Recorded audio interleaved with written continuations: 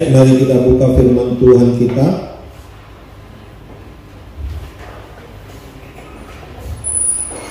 di dalam kitab Lukas pasal yang ke-17. Kitab Lukas pasal yang ke-17 di ayat yang ke-7 hingga ayat yang ke-10. Dulu mari kita baca bersama-sama akan ayat firman Tuhan ini. 1, 2, 3. Siapa di antara kamu yang mempunyai seorang hamba yang membaca atau mengembalakan ternak baginya, akan berkata kepada hamba itu setelah ia pulang dari ladang, mari segera makan? Bukankah sebaliknya ia akan berkata kepada hamba itu, sediakanlah makanan bagiku, ikatlah pinggangmu dan layanilah aku sampai selesai aku makan dan minum, dan sesudah itu engkau boleh makan dan minum. Adakah ia berterima kasih kepada hamba itu karena hamba itu telah melakukan apa yang ditugaskan kepadanya?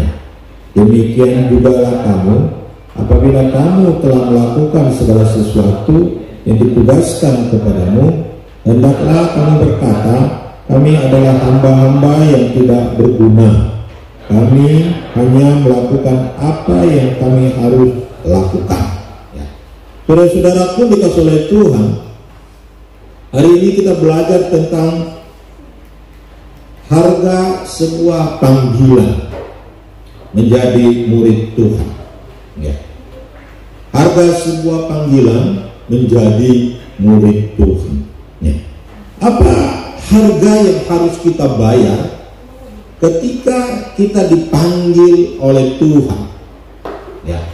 Apa yang harus kita bayar ketika kita dipanggil oleh Tuhan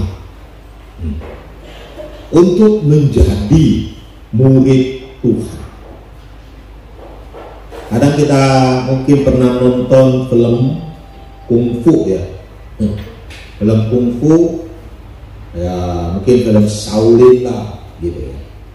Biasa kalau untuk menjadi murid Shaolin itu harus apa?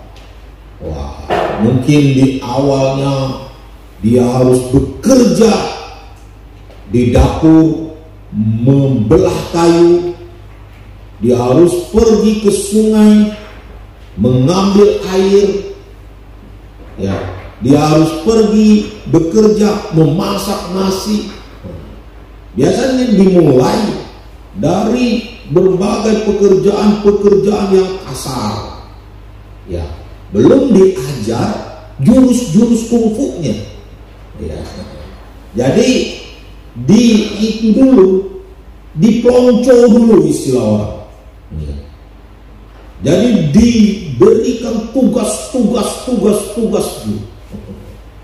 Ya, nah, nanti selesai itu baru ada pengajaran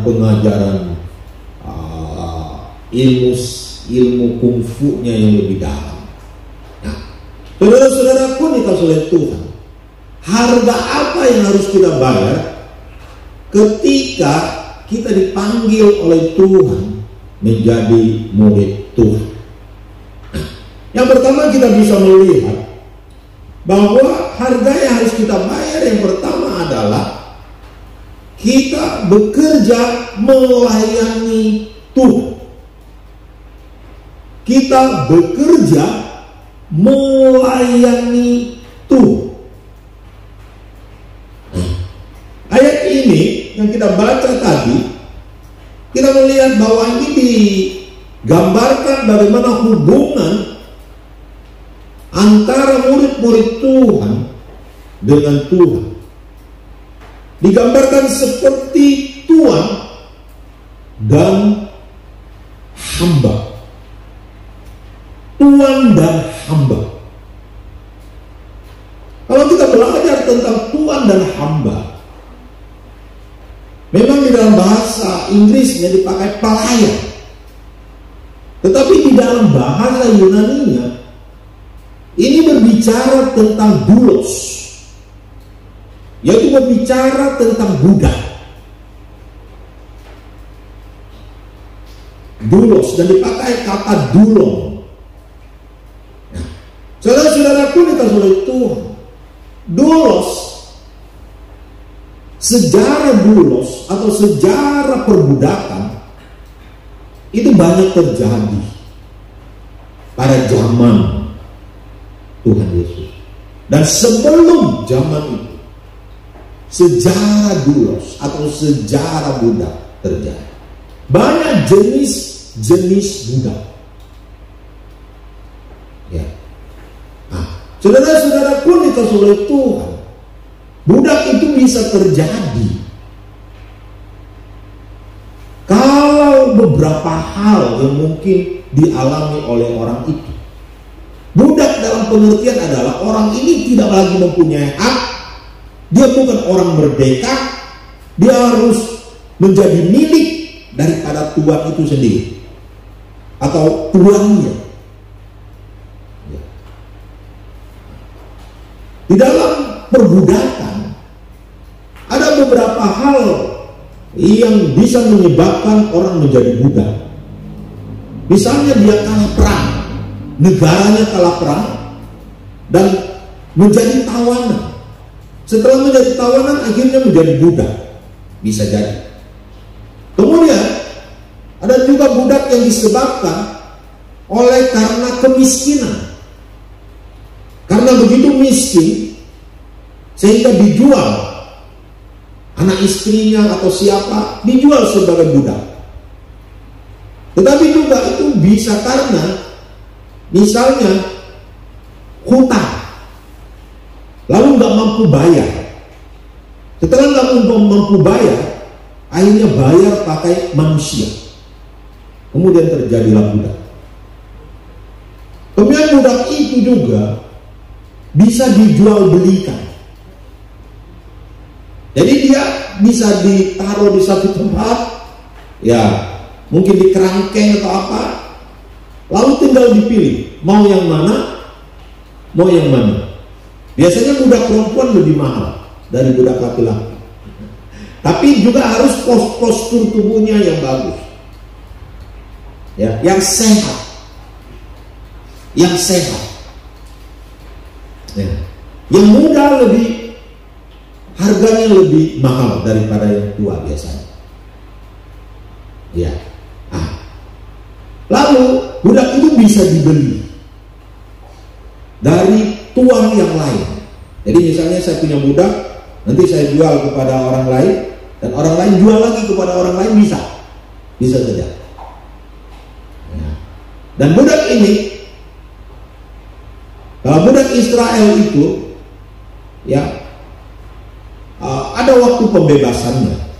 Tapi kalau budak dari negara lain biasanya tidak ada pembebasan, karena di tahun Yobel budak itu bisa ada pembebasan. Ya. Jadi jenis-jenis budak itu banyak. Dan kita tidak tahu ayat ini dan tidak dikasih tahu jenis budak yang mana. Ya. Mengapa? Yang mana? Nah, tapi kalau kita melihat hubungan, ada satu jenis budak lagi, yaitu orang itu membudakkan diri kepada tuannya. Artinya dia menghambakan diri kepada tuannya. Mungkin karena dia ingin mendapatkan sandaran yang lebih baik, dia ingin mendapatkan ekonomi yang lebih baik, lalu dia menyandarkan dirinya atau memperbudakkan dirinya kepada tuannya. Itu dia. Nah, kita tidak tahu di sini bagaimana hubungan apa jenis budak ini. Tapi kalau kita belajar dari Alkitab, kita tahu bahwa secara rohani orang percaya itu telah dibeli.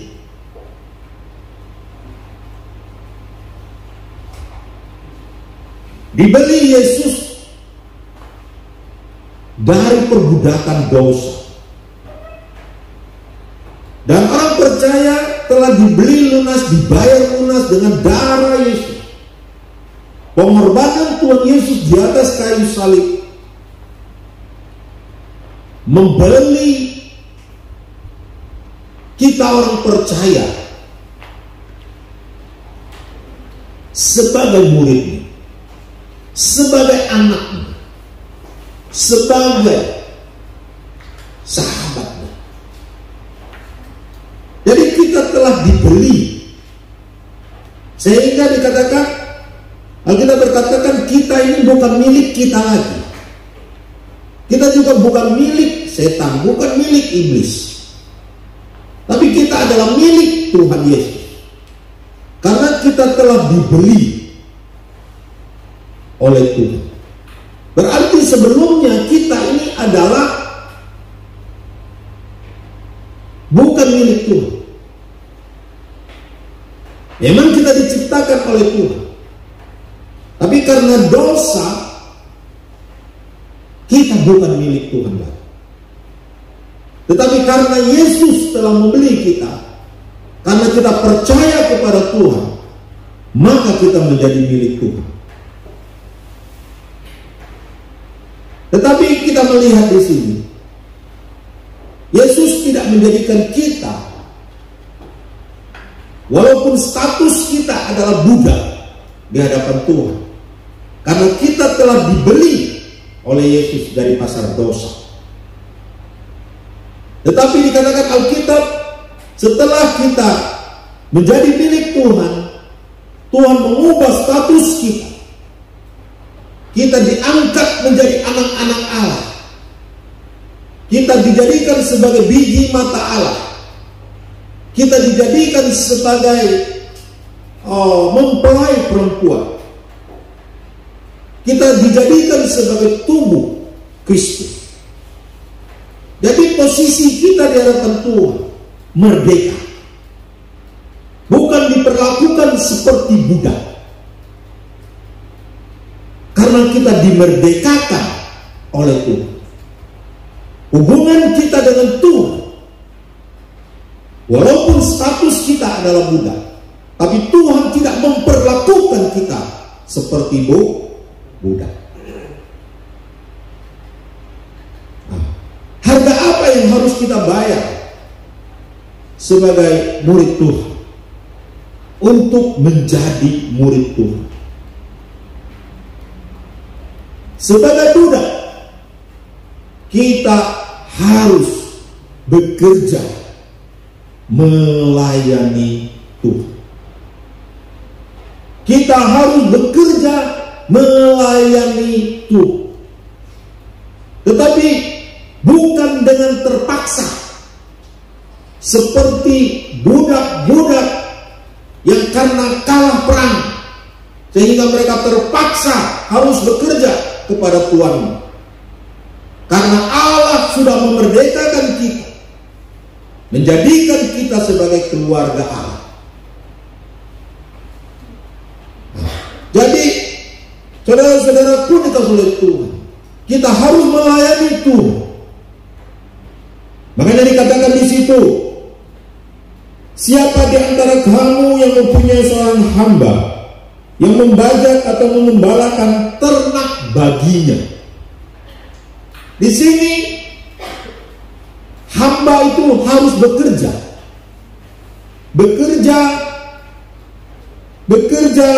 mengembalakan atau membajak. Kata yang dipakai di sini adalah presenter.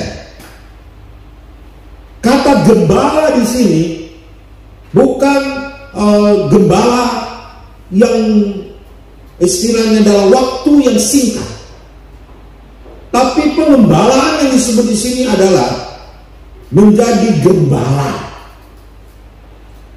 Artinya sebagai sebuah pekerjaan yang kontinuitas. Membajak juga di sini adalah sebuah pekerjaan yang kontinuitas. Jadi bukan sebentar-sebentar melakukannya, tapi ini adalah sebuah pekerjaan yang kontinuitas. Nah, lalu kita melihat di sini juga ada kata baginya. Jadi ternak dan sawah itu bukan milik budak ini, tetapi milik daripada tuannya. Jadi hasil yang didapatkan, misalnya panen ya gandum, itu bukan budak pemiliknya. Artinya hasil dari panen itu bukan milik budak, tapi milik tuannya. Sama dengan gembala, mungkin mengembalakan domba. Mungkin hasil domba berupa susu, berupa daging, berupa wol, itu bukan milik daripada budak, tapi menjadi milik tuannya. Di sini kita melihat satu sifat daripada bekerja dan melayani Tuhan. Artinya hasil daripada pekerjaan itu sendiri bukan milik daripada yang bekerja, tapi milik daripada tuannya. Jadi saudara-saudaraku dikasih oleh Tuhan, ketika kita melayani Tuhan dan ketika kita bekerja untuk Tuhan, mungkin kita sebagai MC singer maupun sebagai hamba Tuhan sekalipun, atau menjadi seorang pelayan asal dan sebagainya, dan melayani Tuhan dalam semua bidang, sebenarnya seluruh hasil daripada pekerjaan itu bukan untuk kita, tetapi hasil dari pelayanan itu sendiri adalah untuk Tuhan, karena Tuhan pemiliknya. Kita hanya menjadi budak yang harus bekerja melayani Dia. Jadi sekarang ada masa-masa raya Natal lah. Masa-masa raya Natal banyak sekali kegiatan, khususnya mungkin persiapan nari, persiapan nyanyi, ya. Saya ada dengar, ada juga istilahnya drama dan seterusnya. Sebenarnya itu bukan hasilnya, bukan untuk gereja, hasilnya bukan untuk gembala, hasilnya bukan untuk organisasi, hasilnya bukan untuk diri kita sendiri, tapi hasilnya untuk memuliakan Tuhan, dan pemiliknya adalah Tuhan. Hasil dari kerja itu adalah untuk Tuhan, dan kita bekerja melayani Tuhan karena ini adalah milik Tuhan dan hasilnya untuk Tuhan, bukan untuk kemuliaan kita, bukan untuk nama kita, bukan untuk gengsi kita, bukan untuk kehebatan kita, tapi semuanya untuk Tuhan. Beri semangat doa.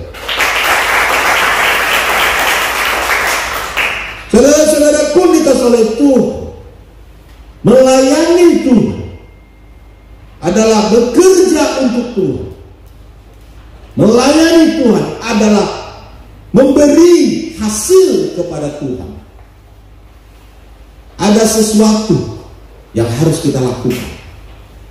Kemudian melayani Tuhan bukan melayani dengan terpaksa, tetapi melayani dengan kasih. Karena Allah sudah mengasihi kita, maka kita harus mengasihi Tuhan. Sebagai bentuk mengasihi Tuhan, maka kita bekerja, maka kita melayani Tuhan. Layanan itu bukan berdasarkan keterpaksaan. Oh, karena saya disuruh simu, karena saya ini memang anggota gereja. Oh, karena saya ini ya malu kalau saya tidak bekerja untuk Tuhan, malu kalau saya tak layani yang lain juga, bukan seperti itu. Tapi karena kita mengasihi itu Tuhan. Satu kali ada seorang ibu yang punya suami. Suaminya ini selalu selalu minta dilayani. Setiap hari disuruh bangun jam 5 pagi untuk mempersiapkan makanan minuman bagi suaminya. Ya, kalau enggak bisa dimarah, kalau terlambat bisa dimarah, dan seterusnya. Lalu ibu ini merasa tertekan sekali dengan pelayanan kepada suaminya. Dan akhirnya tak tahu kenapa satu kali suaminya meninggal dunia. Jadi ibu ini setelah meninggal dunia dia merasa bebas, merdeka. Lalu tidak lama, mungkin berselang berapa tahun kemudian lah, akhirnya ibu ini karena masih muda, ya janda tinting ya kan, dia nikah lagi. Setelah dia nikah lagi, rupanya suaminya yang kedua ini orang yang dia cintai, orang yang dia kasihi. Tapi kalau suami yang pertama itu pernikahan mereka terpaksa, ya, mungkin karena dipaksa orang tua dan seterusnya, sehingga mereka terpaksa menikah. Nah, lalu singkat cerita terjadilah ibu ini rupanya juga begitu rajin melayani suaminya yang kedua. Ya. Nah, akhirnya satu kali tiba-tiba dia menemukan catatan bekas mantan suaminya yang sudah meninggal dunia. Beberapa tugas yang dia baca itu, lalu dia duduk termenung sejenak. Lalu dia membandingkan berbagai kegiatan-kegiatan yang dia buat bersama dengan suaminya yang kedua. Artinya apa yang dia buat kepada suaminya yang kedua, dia juga membandingkan catatan-catatan yang dia buat kepada suaminya yang lama. Lalu dia termenung sejenak dan dia merasakan ada sesuatu yang berbeda. Dulu ketika dia bekerja dengan terpaksa, dia merasa sangat-sangat menderita. Tetapi ketika dia melayani suaminya yang kedua dengan penuh cinta kasih, walaupun pekerjaannya bahkan lebih berat daripada pekerjaan yang lain, tapi dia sangat bersuka cita. Nah, saudara-saudaraku dikasih oleh Tuhan, kita lihat ada perbedaan. Kalau orang yang melayani dengan terpaksa dengan orang yang melayani dengan cinta kasih, sangat berbeda. Beri semangat dulu.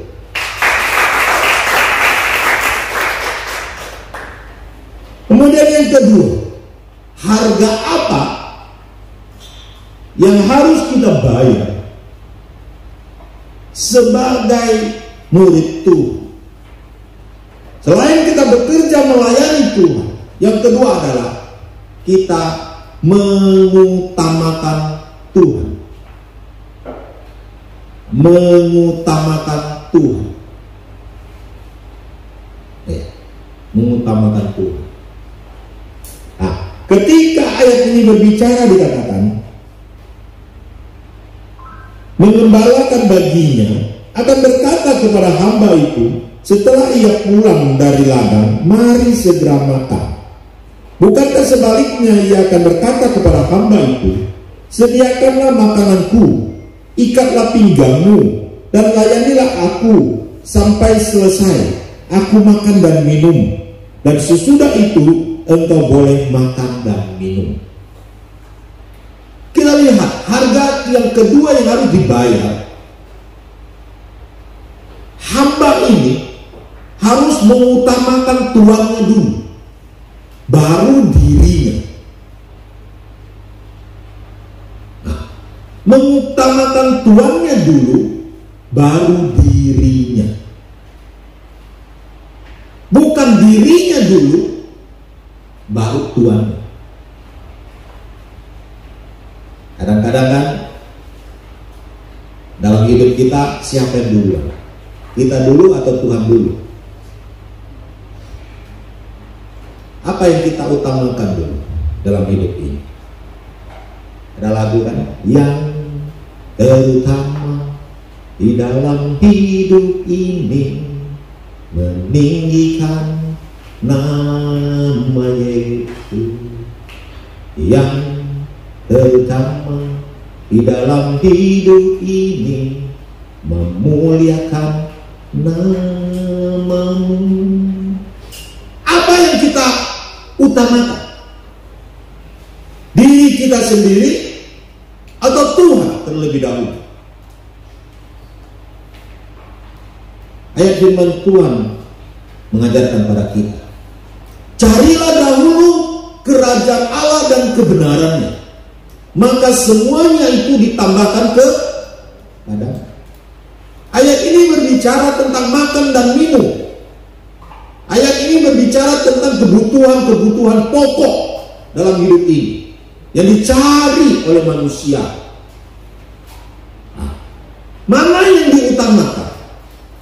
Mencari keuangan, mencari kekayaan, memenuhi kebutuhan-kebutuhan pokok, sandang pangan pakaian, atau Tuhan yang terlebih dahulu yang kita cari dalam hidup ini? Kerajaan Allah dan kebenaran, mana yang kita lebih utamakan dalam hidup ini? Sebagai contoh yang paling dekat sekali, misalnya pas hari Minggu, ketika atau hari Sabtu lah, ketika kalian mau datang ke gereja, lalu tiba-tiba hari itu juga ada ulang tahun teman. Mana yang kita utamakan? Ulang tahun teman atau Tuhan? Itu contoh yang sangat sederhana sekali. Ketika kita bangun tidur, mana yang kita lebih utamakan? Bangun tidur langsung mandi, langsung ngurus-ngurus pakaian lalu pergi sekolah, atau kita ada waktu berdoa dulu dengan Tuhan? Itu contoh-contoh sederhana sekali.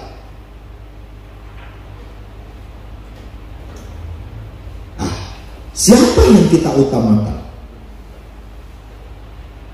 Apakah pacar yang kita utamakan? Ada orang yang demi seorang pacar dia tinggalkan Tuhan Yesus. Seorang perempuan atau seorang laki-laki lalu tiba-tiba dia sudah hilang dari peredaran. Berarti engkau tidak mengutamakan Tuhan.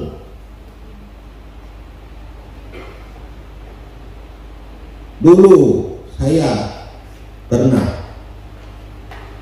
dicintai oleh seorang gadis yang cantik.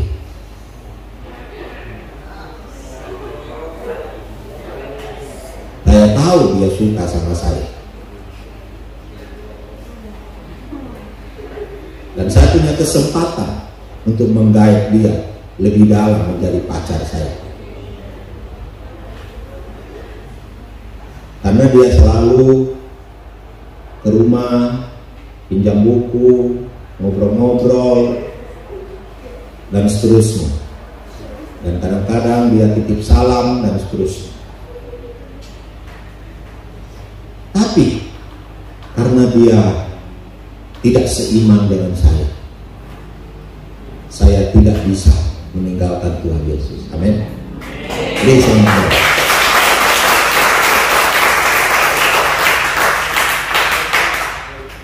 Mana yang kita lebih utamakan? Tuhan atau manusia? Ketika ada seorang yang datang pada Yesus, dia bertanya, aku mau mengikuti engkau Tuhan, kemanapun engkau pergi. Tetapi aku belum saatnya, saya mau pulang ke rumah dulu, menguburkan ayahku dan seterusnya. Tapi Yesus berkata, biarkan orang mati menguburkan orang mati. Yesus mau mengajarkan apa di sini? Bukan Yesus marah dengan dia, tapi Yesus mengajarkan bahwa yang lebih utama adalah Tuhan dalam hidup kita. Amin. Bukan makanan, bukan minuman, bukan hobi, bukan kegiatan, bukan manusia, bukan dunia ini, tetapi Tuhan yang terlebih dahulu yang kita utamakan. Baru setelah itu dikatakan oleh Alkitab, kamu boleh makan dan minum. Rupanya hamba ini, apa tuan ini bukan tuan yang jahat. Kenapa? Karena bisa saja dia habiskan sayurnya, bisa dia habiskan itu makanannya. Tapi tidak, dia masih menyisakan makanan itu. Bahkan kamu boleh makan di makananku. Kalau zaman dulu, budak itu, atau bahkan bukan usah budak lah, pembantu zaman dulu lah, mungkin sekarang pun agak beda. Biasanya pembantu itu makanannya berbeda dengan tuan rumah. Tuan rumah makan lebih enak, pembantu makan biasa-biasa saja. Biasanya ada beda. Saya tidak tahu masih ada terjadi nggak sekarang, tapi mungkin ada banyak terjadi. Makanan pembantu berbeda, makanan tuan berbeda. Tetapi kita lihat tuan di sini penuh dengan kasih. Pembantu ini atau budak ini boleh makan makanan yang di meja tuan. Amin. Saudara-saudaraku yang dikasihi oleh Tuhan Yesus, berkat firman Tuhan ini kiranya memberkati kita. Karena kita, apa yang harus kita bayar? Yaitu melayani Tuhan, bekerja untuk Tuhan dengan penuh kasih. Dengan penuh kasih. Sehingga di ayat yang ke-10 dikatakan, demikian juga kamu, apabila kamu telah melakukan segala sesuatu yang ditugaskan kepadamu, hendaklah kamu berkata, kami adalah hamba-hamba yang tidak beruntung. Kami hanya melakukan apa yang kami harus lakukan. Kalau dalam bahasa Yunani-nya ini berbicara bagaimana, bukan kata berguna di sini, tetapi memiliki pengertian tidak beruntung. Ini memiliki melayani dengan kerendahan hati, melayani tidak menyombongkan apa yang dia lakukan, bahkan tidak mengharapkan terima kasih sekalipun. Yaitu tidak ada lain, motivasinya adalah karena kasih. Amin. Orang yang melayani mengharapkan imbalan, itu bukan kasih, itu barter. Kalau adik-adik melayani, oh saya rajin, saya gini, oh saya gini, harus Tuhan berkati saya, itu barter namanya. Itu bukan kasih namanya. Tapi melayani dengan kasih. Satu kali sebagai penutup, ada seorang guru sekolah minggu menyuruh murid-murid sekolah minggu datang dan membawa sesuatu untuk bisa digambarkan apa yang mereka bisa buat untuk Tuhan. Lalu seorang datang, dia membawa itu namanya roti. Ketika bawa roti, guru sekolah minggunya puji dia, bagus kamu bawa roti. Yesus adalah roti hidup. Wah, kamu bisa, mantap. Lalu yang kedua, bawa apa? Bawa itu lilin, lalu ada api di atas. Jadi guru sekolah minggu itu pun berkata, bagus, kita adalah terang dunia. Ya, kamu ada terang dunia, kamu bisa menjadi terang di mana-mana. Dan terus. Lalu ada seorang anak guru sekolah minggu itu datang lagi bawa apa? Bawa telur. Guru sekolah minggu bingung. Kenapa bawa telur? Apa masalahnya telur? Lalu guru sekolah minggu itu bertanya kepada anak ini, apa maksudnya bawa telur? Lalu anak itu menjelaskan, begini, ayam saya, ayam yang kecil saja, 1 ekor ayam betina, dia tidak bisa berbuat apa-apa. Dia hanya bisa menghasilkan telur. Saya juga adalah seorang yang kecil, yang tidak juga memiliki hal-hal yang besar yang bisa saya lakukan untuk Tuhan. Tapi saya punya hati. Saya ingin melakukan apa yang bisa saya buat untuk Tuhan. Saudara-saudaraku dikasih oleh Tuhan, ini adalah pernyataan pelayanan yang penuh dengan kasih.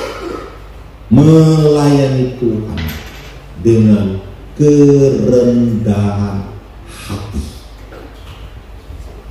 Mari kita bukan berkata harus yang besar-besar yang saya lakukan, tetapi apa yang bisa saya buat, itulah yang saya lakukan untuk Tuhan. Amin. Kadang-kadang kita berkata, saya nggak bisa buat hal-hal yang besar, sehingga kita tidak mau melakukan apapun. Akhirnya menjadi seorang yang NATO, datang, duduk, dan pulang. No action. Tapi sekarang lakukanlah apa yang bisa kamu lakukan. Tuhan tidak melihat hal-hal yang besar, tetapi Tuhan melihat isi hatimu dan motivasimu. Apakah kamu sudah melakukan dengan segenap hatimu untuk Tuhan? Lakukan apa yang bisa engkau lakukan. Tuhan tidak menuntut apa yang tidak bisa engkau lakukan, tetapi Allah mau kita melakukan apa yang bisa kita lakukan. Mari kita bangkit berdiri.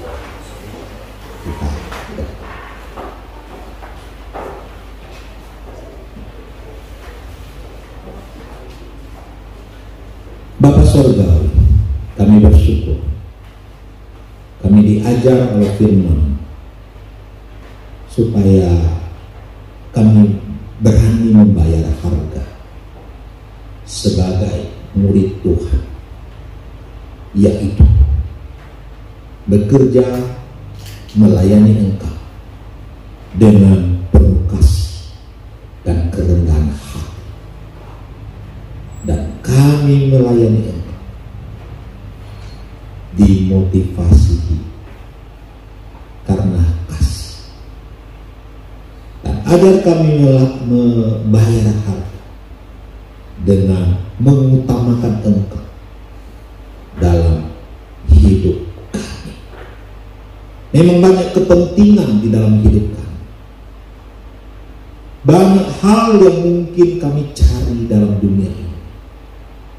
cita-cita kami, kesenangan kami, hobi kami, kepuasan batin kami, kepuasan mata kami, kepuasan telinga kami, dan seterusnya.